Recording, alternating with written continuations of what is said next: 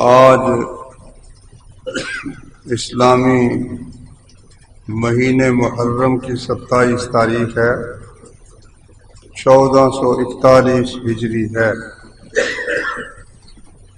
محترم بزرگوں، بھائیوں، عزیزوں اور بہنوں،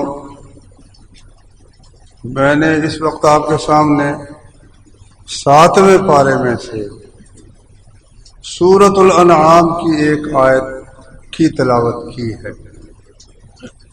اللہ تبارک و تعالی نے فرمایا، قل اے نبی ان سے کہہ دیجئے، هو القادر، کہ وہی اللہ تعالیٰ ہی اس بات پر قادر ہے، ان یبعث علیکم عذابا من فوقکم، کہ تمہارے اوپر کی جانب سے تمہیں سزا دے، عذاب تم پر بھیج دے، او من تحت ارجلکم، یا تمہارے نیچے سے تمہیں سزا دے دے، تمہیں عذاب تم پر بھیج دے، او یلبسکم شیعا، یا مختلف ٹکڑوں کی صورت میں تم کو باہم گتھم کر دے، آپس میں لڑا دے، وَيُذِيقَ بَعْضَكُمْ بَأْسَ بَعْضٍ، اور تمہیں ایک دوسرے کے ذریعے اللہ تعالیٰ تکلیف کا مزہ چکھائے۔ انظر کیف نصرف الآیات، دیکھ ہم کس طرح انہیں نشانیاں اور آیات کھول کھول کر بیان کرتے ہیں، لعلہم یفقہون، تاکہ وہ سمجھ جائیں۔ قرآن مجید پہلی قوموں کے واقعات، خصوصاً وہ لوگ جو حق کی کوئی بات، انسانیت کی کوئی بات سمجھنے کے لیے تیار نہ تھے اور انتہائی تکبر میں آئے ہوئے تھے، کسی کو اپنے سے بڑا ماننے کے لیے تیار نہ تھے، کہتے ہیں من اشد منا قوہ، ہم سے بڑھ کر قوت میں کون ہے؟ اللہ تبارک و تعالیٰ نے ان کی طرف انبیاء بھیجے، انہوں نے ان کو بہت سمجھایا، اللہ تعالیٰ کی قدرت سے سمجھایا، لیکن جب وہ نہ سمجھے تو پھر اللہ کی سزا اور اللہ کے عذاب کا کوڑا ان پر برسا۔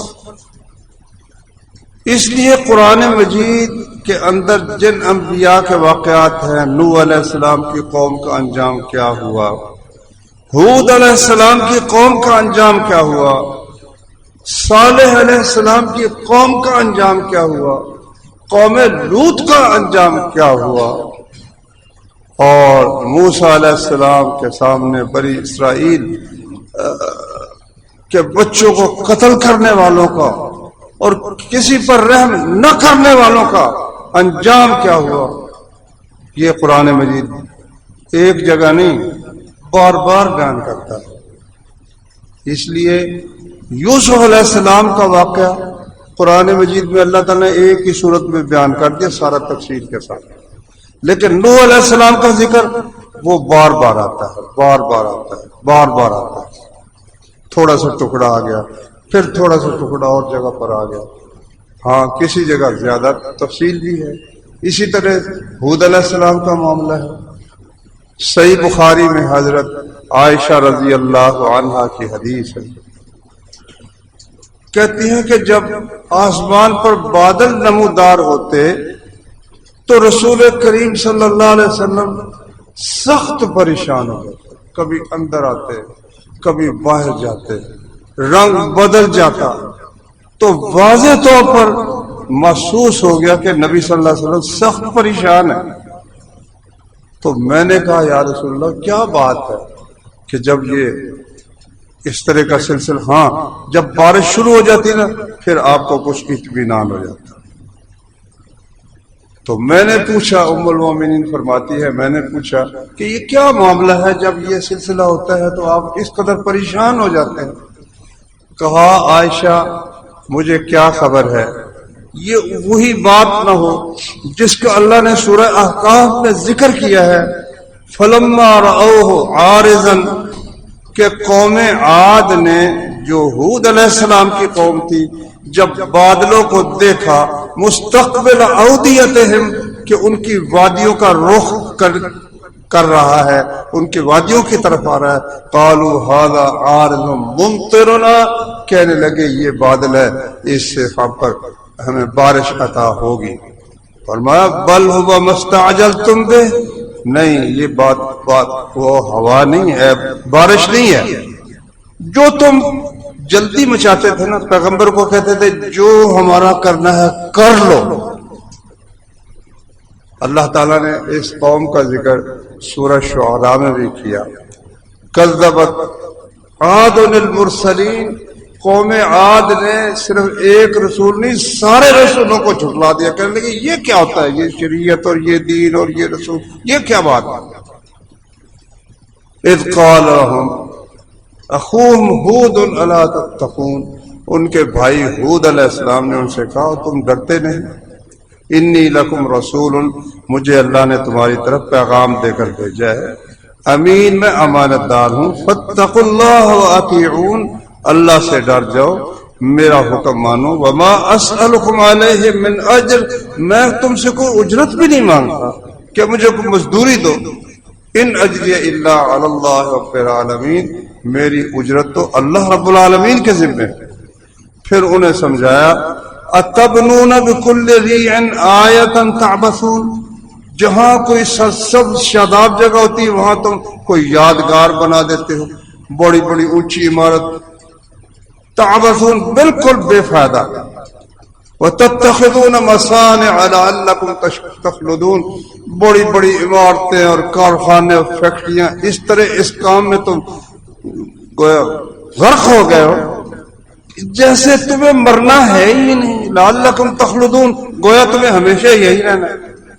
وَإِذَا بَطَشْتُمْ جَبَّارِينَ، جب کسی کو پکڑتے ہو تو رحم کی رتی تم میں نہیں ہوتی، نہایت زبردست ہو کر ان کو پکڑتے ہو. فَاتَّقُوا اللَّهَ وَأَطِيعُونِ، اللہ سے ڈرو اور میری اطاعت کرو. وَاتَّقُوا الَّذِي أَمَدَّكُمْ بِمَا تَعْلَمُونَ، اللہ سے ڈرو جس نے تمہیں اتنی نعمتیں عطا کی ہیں جو تم بھی جانتے ہو. امدکم بانعام وبنین، اللہ نے تمہیں مال مویشی بھی عطا کیے، بیٹے بھی عطا کیے. وجنات وعیون، باغات اور چشمے. یہ قوم عرب کے سعودی عرب کے جنوب کی طرح یہ جو یمن ہے، یہاں ایک صحرائے اعظم ہے، ربع خالی بھی اس کو کہتے ہیں. اتنی زہریلی اس کی ریت ہے کہ اس میں اگر کوئی چیز پھینک دی جائے تو چند دنوں کے بعد وہ ریت میں تبدیل، زہریلی ریت میں تبدیل ہو کر اس کا نام و نشان مٹ جاتا. ایک وقت وہ تھا کہ یہاں زرخیز زمین تھی، چشمے، پانی وافر تھا اور کھیتیاں اور اللہ کے انعامات بے حساب تھے. مگر پیغمبر نے انہیں سمجھایا یہ تمہارا سخت گیری کا طریقہ، کسی پر رحم نہیں کرنا. جو تمہارے مفاد کے خلاف آیا بری طرح سے اس کو پکڑ کر اس کا ستیہ ناش کر دینا، اور اللہ تعالیٰ سے ڈرنا ہی نہیں کہ ہم سے اوپر بھی کوئی ہستی ہے جو ہمیں پکڑ سکتی. اللہ تعالیٰ نے سورہ حامیم سجدہ میں ذکر کیا فَأَمَّا عَادٌ فَاسْتَكْبَرُوا فِي الْأَرْضِ وَقَالُوا مَنْ أَشَدُّ مِنَّا قُوَّةً، قوم عاد زمین میں بہت بڑی بن گئی، سپر پاور بن گئی. وَقَالُوا مَنْ أَشَدُّ مِنَّا قُوَّةً، کہنے لگے ہم سے بڑھ کر قوت کس میں ہے، کوئی ہم سے بڑھ کر طاقتور نہیں، ہم سب سے بڑھ کر ہم سپر طاقت ہے، کوئی سپر طاقت ہم سے اوپر نہیں. اللہ تعالیٰ نے انہیں یاد دلائے، یعنی آرام سے سمجھ سکتے. اولم یرو ان الذی خلقہم هو اشد منہم قوہ، کہ اتنی سمجھ نہیں ہے ان کو آتی کہ جس نے ان کو پیدا کیا ہے وہ تو ان سے قوت میں بڑھ کر ہے نا. چلو مان لیا بہت بڑی قوت ہے، مان لیا سپر طاقت ہے، مان لیا ان کے پاس بہت بڑا اسلحہ ہے، بڑی فوجیں ہیں، لیکن یہ جو کہتے ہیں ہم سے بڑھ کر کون طاقتور ہے، اللہ نے فرمایا ان کو یہ سمجھ نہیں آتی جس نے پیدا کیا ہے، جس نے انہیں بنایا ہے وہ بھی ان سے طاقت میں زیادہ نہیں. اللہ اکبر. جب یہ حال ہو گیا تو پھر ہود علیہ السلام نے اللہ تعالیٰ سے دعا کی. پھر ہوا کیا، ایک دن کچھ عرصے تک بارش بند ہو گئی. بارش اب ٹھیک ہے، کہتے جی ہم مصنوعی بارش برسا لیتے ہیں، تھوڑی بہت برسا لیتے ہوں گے، مگر اللہ تعالیٰ اگر قحط ڈال دے، اللہ کے کام ہے، عجیب و غریب کام. آپ بھائی ماشاءاللہ بہت سے گئے ہیں مکہ مکرمہ میں، سڑے ہوئے پہاڑ جلے ہوئے، لیکن جب بارش ہوتی ہے نا، رات بارش ہوتی ہے تو صبح نا وہ جناب وہاں گل و گلزار کا سلسلہ بن جاتا ہے. تو رسول اللہ صلی اللہ علیہ وسلم نے فرمایا قیامت قائم نہیں ہوگی جب تک کہ عرب کی زمین جو ہے دوبارہ وہ سبزہ زار اور دریاؤں اور نہروں میں نہیں بدل جائے گی دوبارہ. پھر معلوموں کو وقت تھا ایسا گزرا ہے جب مری کے پہاڑوں کی طرح بارشیں ہوتی تھی، جب طائف میں اب بھی بارشیں ہوتی ہیں تو وہاں سب سبزہ ہی سبزہ. لیکن مکہ کے علاقے میں مدینے تک چلے جاؤ، آگے کتنے ہزار میل تک چلے جاؤ ریاض کی طرف اور زلفی کی طرف، تو راستے میں سڑے ہوئے پہاڑوں کے علاوہ کوئی چیز نہیں ہے. تو اللہ تعالیٰ جہاں چاہتا ہے بارش بھیج دیتا ہے، جہاں سے چاہتا ہے روک لیتا ہے. فرمایا رسول کریم صلی اللہ علیہ وسلم نے ہر سال بارش جتنی ہوتی ہے نا، ہر سال اتنی ہوتی ہے. کسی سال یہ نہیں کہ کم ہو یا زیادہ ہو، لیکن اس پاک پروردگار کی مرضی ہے، جہاں چاہتا ہے اس کو برسا دیتا ہے، جہاں سے چاہتا ہے ہٹا دیتا ہے. کوئی شخص یہ کہے کہ میں برسا لوں گا اور میں ہٹا دوں گا، یہ اللہ تعالیٰ کے ہاتھ ہے. تو وہ کہنے لگے من اشد منا قوہ، ہم سے بڑھ کر قوت میں کون ہے. اور ان کے جو چشمے رواں دواں تھے، بارش کے پانی سے چشمے رواں دواں ہوتے ہیں. بارش رک جائے تو ہمارے کشمیر کے چشمے بھی خشک ہو جاتے ہیں بھائی، مری کے چشمے بھی خشک ہو جاتے ہیں. یہ اللہ تعالیٰ کی رحمت ہے، وہ بارشیں برساتا ہے تو پھر پانی زیر زمین بھی آ جاتا ہے، ماشاءاللہ چشمے بھی رواں ہو جاتے ہیں. مدت تک اللہ نے ان کی بارش روک دی.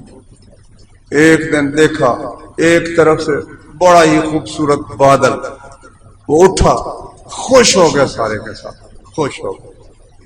قالوا هذا عارض ممطرنا، یہ بادل بارش برسائے گا. بل هو ما استعجلتم به، اللہ نے کہا نہیں بارش نہیں برسائے گا.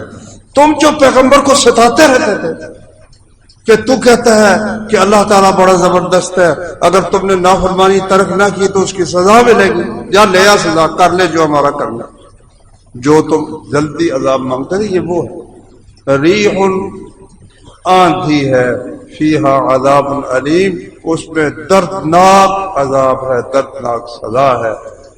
لو جی آندھی شروع ہوئی، بس پھر وہ آندھی بڑھتی چلی. بعض آثار میں آتا ہے کہ وہ جو قرآن میں ہے نا کہ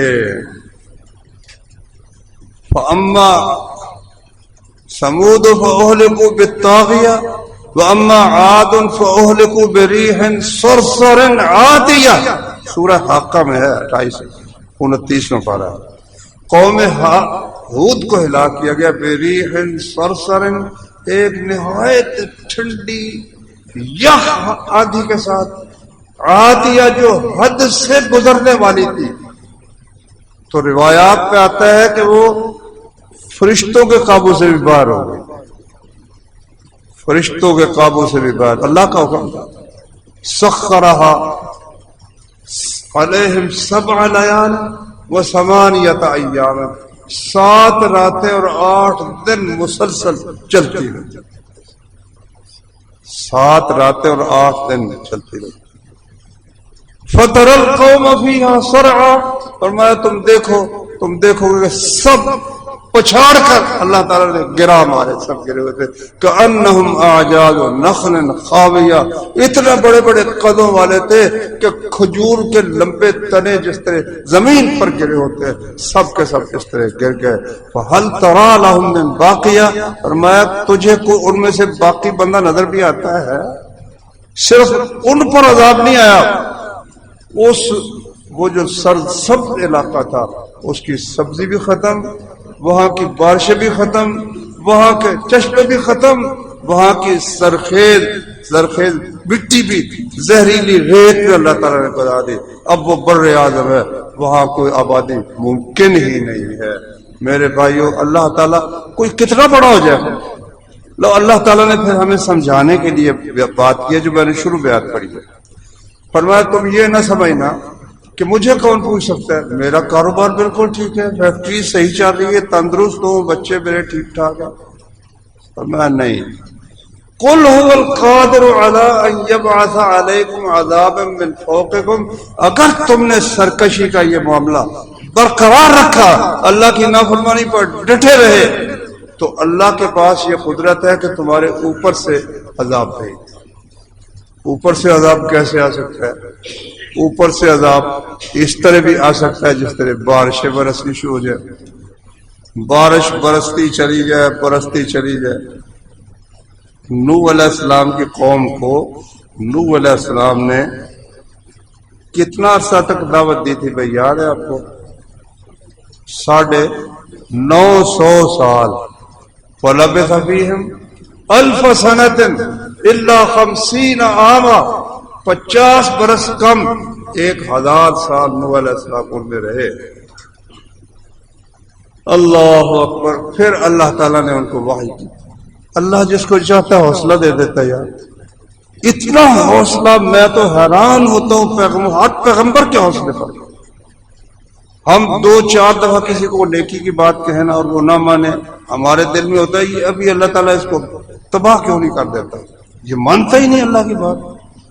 950 برس اللہ کی دعوت ان کو پہنچاتے رہے، نہ مایوس ہوئے نہ تھکے۔ وہ ان کی نقلیں اتارتے، وہ ان کو مذاق کرتے، وہ کہتے نو تیرے پاس تو جو ہمارے موچی اور نائی اور کمین ہے، بڑا آدمی بھی تیرے ساتھ ہے۔ اللہ اکبر۔ ان کو ذرا ہٹاؤ تو ہم تمہاری بات سنیں، ورنہ ہم بات ہی نہیں سنتے۔ اللہ تعالیٰ نے بتایا ہے کہ نوح علیہ السلام نے اللہ سے درخواست کی، پروردگارا میں نے ان کو انی دعوت قومی لیلا و نہارا، رات بھی دعوت دی، دن کو بھی دعوت دی۔ وَإِنِّي كُلَّمَا دَعَوْتُهُمْ لِتَغْفِرَ لَهُمْ جَعَلُوا أَصَابِعَهُمْ فِي آذَانِهِمْ، جب بھی میں نے کوشش کی کہ ان کو دعوت دوں، انہوں نے کانوں میں انگلیاں لے کر میری بات سننے سے انکار کر دیا، اور کپڑا لپیٹ کر، اپنے اوپر کپڑا لپیٹ کر انجان بن گئے کہ پتہ نہیں نوح کیا کہہ رہا ہے کیا نہیں کہہ رہا۔ یہ معاملہ، اس اتنے معاملے کے باوجود 950 سال کوئی حوصلہ ہے اس بندے کا؟ پھر اس کی زبان سے بد دعا نکلی کوئی نہیں، اتنا عرصہ کوئی بد دعا ہی نہیں کی، یہی کہتے رہے کہ یا اللہ میری قوم کو ہدایت دے دے۔ فَأُوحِيَ إِلَىٰ نُوحٍ أَنَّهُ لَن يُؤْمِنَ مِنْ قَوْمِكَ إِلَّا مَنْ قَدْ آمَنَ، اب اللہ کی طرف سے وحی ہوئی کہ نوح تیری قوم میں سے جو ایمان لے آئے اب اس کے بعد کوئی ایمان نہیں لائے۔ فَلَا تَبْتَئِسْ بِمَا كَانُوا يَفْعَلُونَ، جو کچھ کرتے رہے اس پر غم زدہ نہ ہو، اب ہم جانیں اور یہ جانیں۔ اب پھر نوح علیہ السلام نے دعا کی کہ یا اللہ اگر اس قوم میں سے کوئی بندہ پیدا ہی نہیں ہونا، ان کی نسل میں سے بھی کسی نے ایمان نہیں لانا، لا تذر علی الارض من الکافرین دیارا، پھر ان کافروں میں سے زمین پر بسنے والا ایک متنفس بھی باقی نہ چھوڑ۔ اللہ نے کہا پھر ٹھیک ہے، ایک کشتی تیار، کشتی ہم بولتے ہیں، ویسے تو جہاز تھا۔ اللہ نے فرمایا کہ نوح علیہ السلام، ہم نے کہا کہ خود بھی جب آثار ہوں، گھر کے تنور میں سے پانی ابلنے لگ جائے تو یہ نشانی ہے، اس وقت تم نے خود بھی سوار ہو جانا ہے، اپنے گھر والوں کو بھی سوار کر دینا اور ایمان والوں کو بھی سوار کر دینا، اور اس کے ساتھ ایمان لائے تو تھوڑے سے لوگ تھے جو ایمان لائے۔ اب تھوڑے کی تفصیل پھر روایات میں، اسرائیلی روایات میں کوئی کہتا 40 تھے، کوئی کہتا برابر تھوڑے تھے۔ اللہ تعالیٰ فرماتے ہیں کہ فَفَتَحْنَا أَبْوَابَ السَّمَاءِ بِمَاءٍ مُنْهَمِرٍ، بارش برسنی شروع ہوئی. کس طرح کی؟ فرمایا اللہ تعالیٰ نے ہم نے آسمان کے دروازے بارش کے ساتھ کھول دیے. بارش کے ساتھ دروازے کھول دیے. اور بھائیوں میں نے ایک تفسیر میں بات پڑھی, مجھے پہلے کبھی توجہ نہیں تھی اس بات کی طرف کہ اللہ کس قدر مہربان ہے. یہ بادل جو اربوں خربوں ٹن اتنا وزنی پانی اٹھا کر پھرتے ہیں آسانی سے جہاں چاہتے ہیں جاتے ہیں. اللہ تعالیٰ پانی زمین پر بھیجتا ہے تو یہ نہیں کر سکتا کٹھا نیچے پھینک دے. اگر وہ کٹھا نیچے گرے تو ہم تم میں سے کوئی بھی باقی نہ رہے. چھوٹی چھوٹی بوندوں کی صورت میں گراتا ہے. اللہ کا احسان دیکھو, اتنے پانی کو وہ چھوٹی چھوٹی بوندوں کی صورت میں گراتا ہے تاکہ کسی کو کوئی نقصان نہ ہو, فائدہ ہی فائدہ ہو, فائدہ ہی فائدہ ہو. لیکن آپ اندازہ کریں جب اللہ تعالیٰ فرمائے فَفَتَحْنَا أَبْوَابَ السَّمَاءِ بِمَاءٍ مُنْهَمِرٍ, آسمان کے دروازے ہم نے کھول دیے. اچھا یار, ساری زندگی مجھے سمجھ کوئی نہیں تھی آئی. اس سال ایک خبر آئی کہ مظفر آباد کے نواح میں بادل پہاڑ پر گر پڑا. آپ نے بھی پڑھی ہوگی, بادل گر پڑا. بستیاں تھیں, وہ کتنی بستیاں تھیں, بستیاں ملین میٹ ہو. اب اس کی تشریح لکھی ہوئی تھی اخبار میں کہ بادل کس طرح گر پڑا. اس نے کہا کہ بادل یکلک جتنا پانی تھا زمین پر گر پڑا, بستیاں بھی تباہ ہو گئی اور جتنی عمارتیں تھیں سب بھی تباہ ہو گئے اور جو بندے تھے وہ بھی تباہ ہو گئے. مظفر آباد سے کوئی لکھا تھا 30-40 کلومیٹر کے فاصلے پر وہ بستیاں تھیں اور رستہ بھی کوئی نہیں تھا کہ گاڑیاں جا سکیں, پیدل چل کر وہاں آدمی جاتا. یہ ہے وہ بات جو اللہ نے کہا نا کہ فَفَتَحْنَا أَبْوَابَ السَّمَاءِ بِمَاءٍ مُنْهَمِرٍ, برسنے والی پانی کے ساتھ ہم نے آسمان کے دروازے کھول دیے. وَفَجَّرْنَا الْأَرْضَ عُيُونًا, زمین کو ہم نے چشموں کی صورت میں پھاڑ دیا, جا بجا چشمے ابلنے لگے. فَالْتَقَى الْمَاءُ عَلَىٰ أَمْرٍ قَدْ قُدِرَ, آسمان سے برسنے والا زمین سے ابلنے والا پانی دونوں جو ہے ایک سطح پر جا کر جو اللہ نے مقرر کی تھی وہاں جا کر وہ قائم ہو گئے. اور کشتی اس پانی کے اندر وہ چند متنفس اور ہر چیز کا ایک جوڑا جو اللہ نے نوح علیہ السلام کو کہا تھا کہ ایک ایک جوڑا ہر چیز کا اپنے ساتھ لاد لیا. جب کشتی پانی بڑھنے لگا اللہ تعالیٰ نے فرمایا ہے کہ نوح علیہ السلام کا ایک بیٹا وہ کھڑا تھا قریب ہی. نوح علیہ السلام نے اسے کہا یا بنی ارکب معنا, مجلس گندے بے دین اللہ کے منکروں کے ساتھ اس کی مجلس تھی, دوستی تھی, ان کے ساتھ کھڑا ہوا. تو نوح علیہ السلام نے کہا یا بنی ارکب معنا, بیٹے ہمارے ساتھ سوار ہو جاؤ. فلا تکن مع القوم الکافرین, ایک کافروں کا ساتھ, ان کی دوستی, ان کی مجلس چھوڑ دے. مگر دعا کرو اللہ ہمیں بھی اور ہمارے بچوں کو بھی گندی مجلسوں سے بچا کر رکھے. وہ گندی مجلسوں کا چسکا ایسا ہوتا ہے, وہ کسی کو ہیروئن پر لگا دیتے ہیں, کسی کو زنا پہ لگا دیتے ہیں, کسی کو قوم لوط کے عمل پہ لگا دیتے ہیں, کسی کو ڈاکے پر لگا دیتے ہیں. کوئی اچھے کام کی طرف وہ لگانے کے لیے تیار نہیں ہوتے. پھر لاکھ ان کو نصیحت کرو. خواہ نوح علیہ السلام جیسا برگزیدہ باپ بھی بیٹے کو گئے, گندی مجلسوں میں رہنے والا بیٹا پہ باپ پیغمبر کی بات بھی نہیں مانتا. اس نے کیا کہا, وہ سائنس کا بڑا قائل تھا, کہتا ہے اسباب ہیں بھائی, پانی زیادہ آئے گا تو پہاڑ پر چڑھ جاؤ, یہ کون سی مشکل بات ہے. قال سآوی الی جبل یعصمنی من الماء, کہنے لگا میں پہاڑ پر چڑھ جاؤں گا, وہ مجھے پانی سے بچا لے گا. نوح علیہ السلام نے کہا لا عاصم اليوم من امر اللہ الا من رحم, آج اللہ تعالیٰ کے حکم اور عذاب سے کوئی بچا نہیں سکتا, ہاں جس پر اللہ خود رحم کرے نا وہ بچ سکتا ہے. باپ بیٹے کی باتیں ہو رہی ہیں.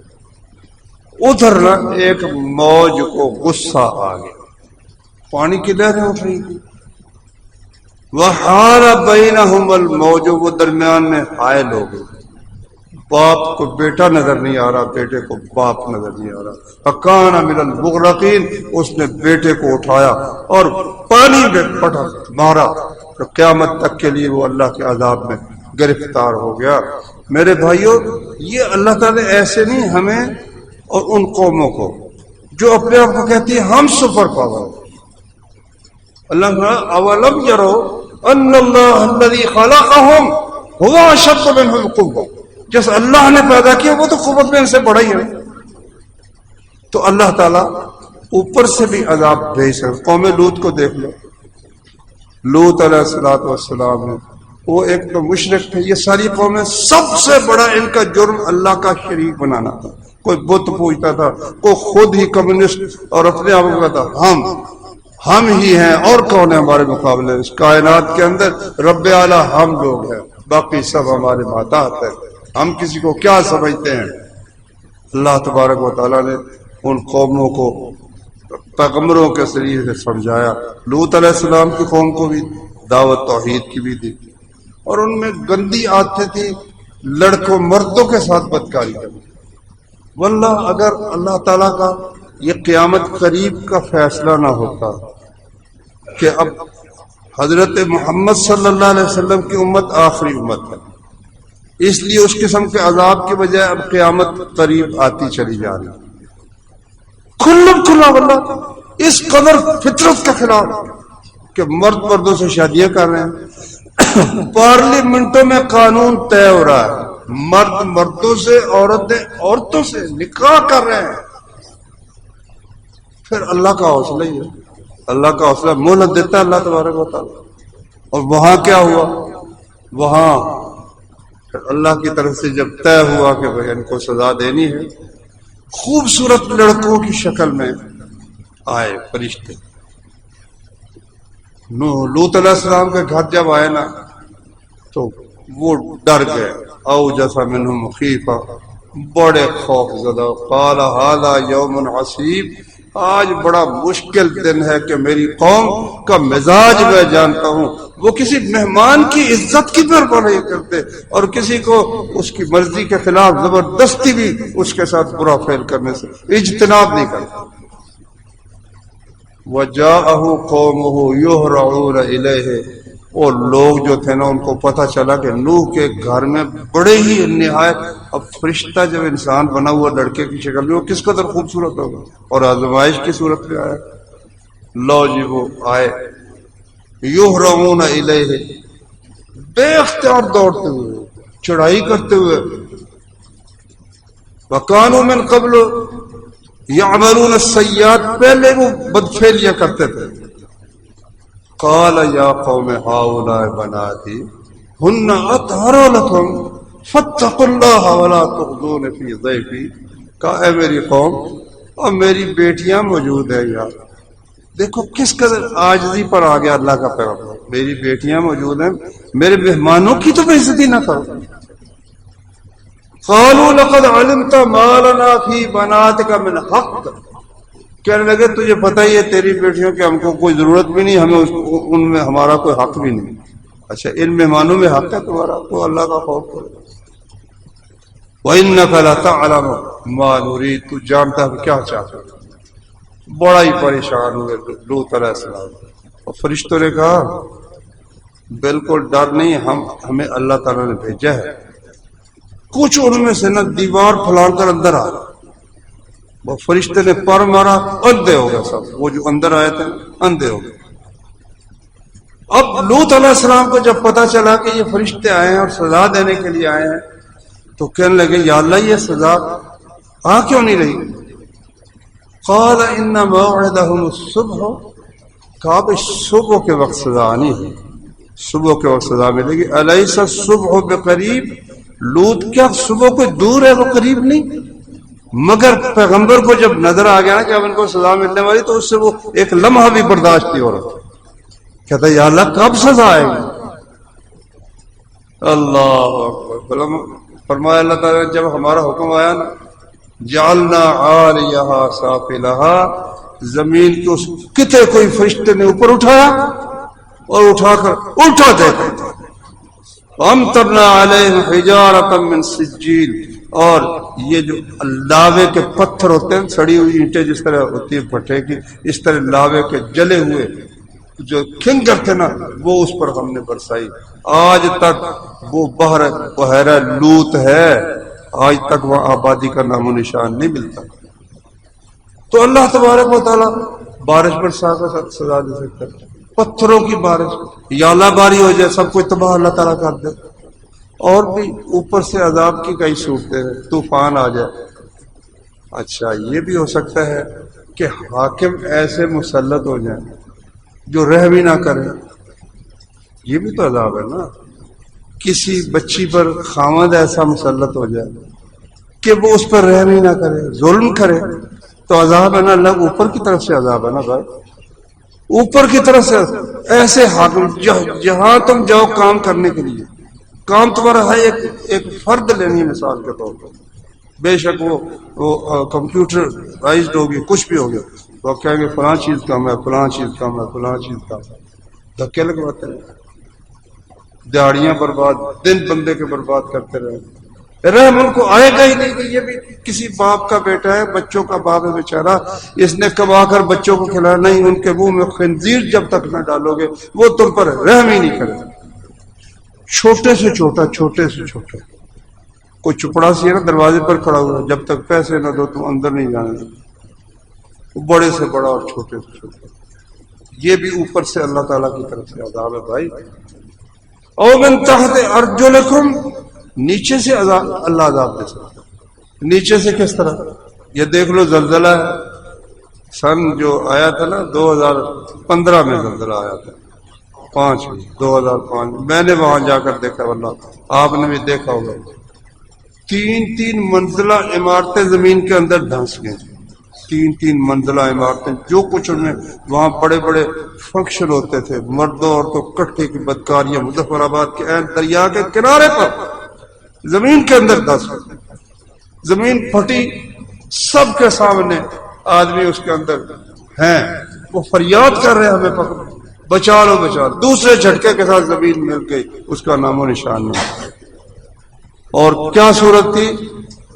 جہاں تک ہمیں باغ کی طرف گئے تھے، مظفر آباد سے باغ اور اس علاقے کی طرف، ہر طرف انسانی گوشت اور خون کی بدبو تھی. زمین سے بدبو آ رہی، زمین سے بدبو آ رہی. اللہ. اب پھر زلزلہ تھوڑا سا ہے، اندازہ ہوا ہے. تو یہ کہتے ہیں ہم بڑے، ہمارے پاس اسباب ہیں. اسباب ہیں، جب اللہ تبارک و تعالیٰ کا سلسلہ ہوتا ہے تو نیچے سے سزا ملنی شروع ہو جاتی ہے. اچھا یہ بھی ایک نیچے سے سزا ہے، کسی کی زنانی کو گندی اس کو مل جائے، بک بک کرتی ہو، خیانت کرتی ہو، خامد پر اس کو رحم ہی نہ آتا ہو، یہ بھی بہت بڑی سزا ہے بھائی. اسی طرح اس کے محتاط خائن ہو، جو اس کے نیچے جتنے ہیں، وہ افسر ہے، بڑا ہی بے ایماندار ہے مثال کے طور پر، لیکن اس کے نیچے سارے ہی گندے ہوں، تو یہ بھی تو اس کے لیے ایک بہت بڑا عذاب ہے. اللہ نے فرمایا کہہ دے وہ قادر ہے کہ تم پر، تمہارے اوپر سے عذاب لے یا تمہارے نیچے سے عذاب لے. اور تیسری صورت ہے یلبسکم شیعاً، یا تمہیں آپس میں لڑا دے. واللہ دیکھو تو صحیح ہمارا حال کیا ہے. ہمارا جو وزیر اعظم ہے وہ امریکہ گیا ہوا، یہاں اپنی خیانت کی وجہ سے کئی لوگوں کو ان کو جیل میں ڈال رکھا ہے، کئی لوگوں کو انتظار میں رکھا ہوا ہے. بھائی اگر وہ خیانت سزا تو ان کو وہاں ان کو اے سی لگا کر ان کو آرام سے رکھا ہوا. عدالتیں جو ہیں ان میں جج بیٹھے، انہیں کے لگائے ہوئے جج، وہ جب چاہیں گے ان کو پھر جس طرح سے وہ حدیبیہ پیپر مل کے متعلقہ بالکل پاک صاف ہے جی، یہ اس کو ہم کھول ہی نہیں سکتے. آپس میں لڑائی اتنی شدید ہے، اتنی شدید ہے.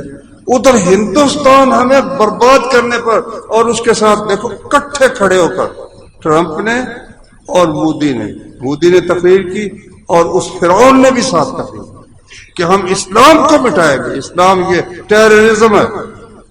ٹھیک ہے، ہمارے وزیر اعظم نے ماشاءاللہ اچھی بات وہاں کی، ٹھیک ہے، جو اچھی بات ہے اچھی ہے، لیکن یہ سب عذاب ہے بھائیو.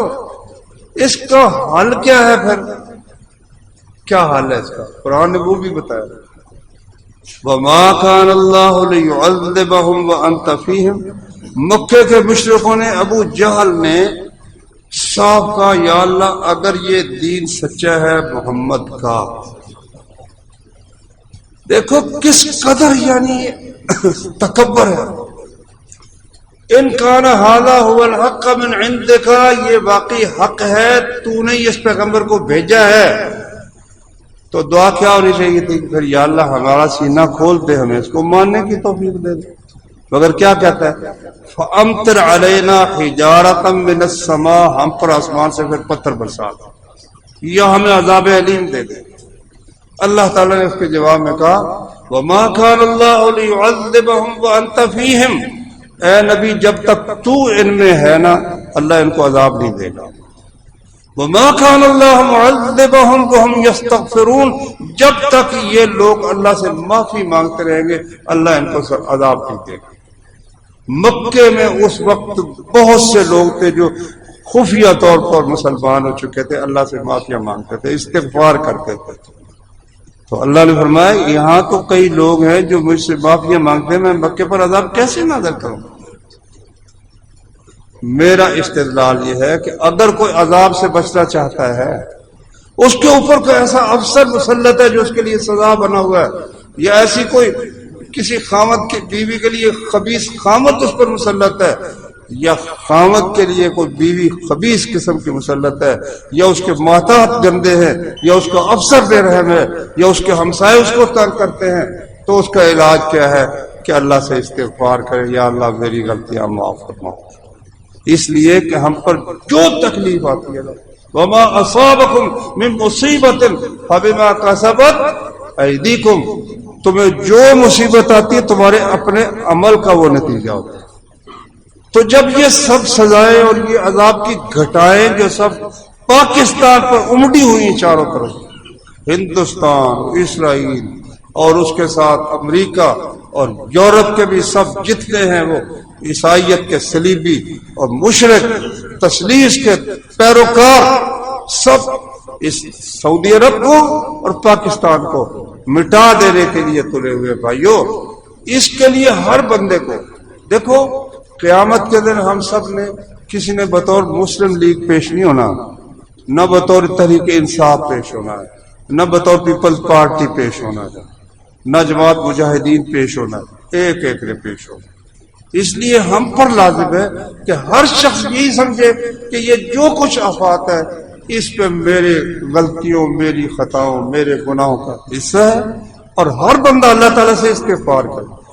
ہمارے رسول صلی اللہ علیہ وسلم نے فرمایا میں ہر روز 100 دفعہ استغفار کرتا ہوں، ہر روز. صحابی کہتے ہیں ایک ایک مجلس میں ہم گنتے تھے تو نبی صلی اللہ علیہ وسلم 100 دفعہ استغفار کرے ایک ایک مجلس میں.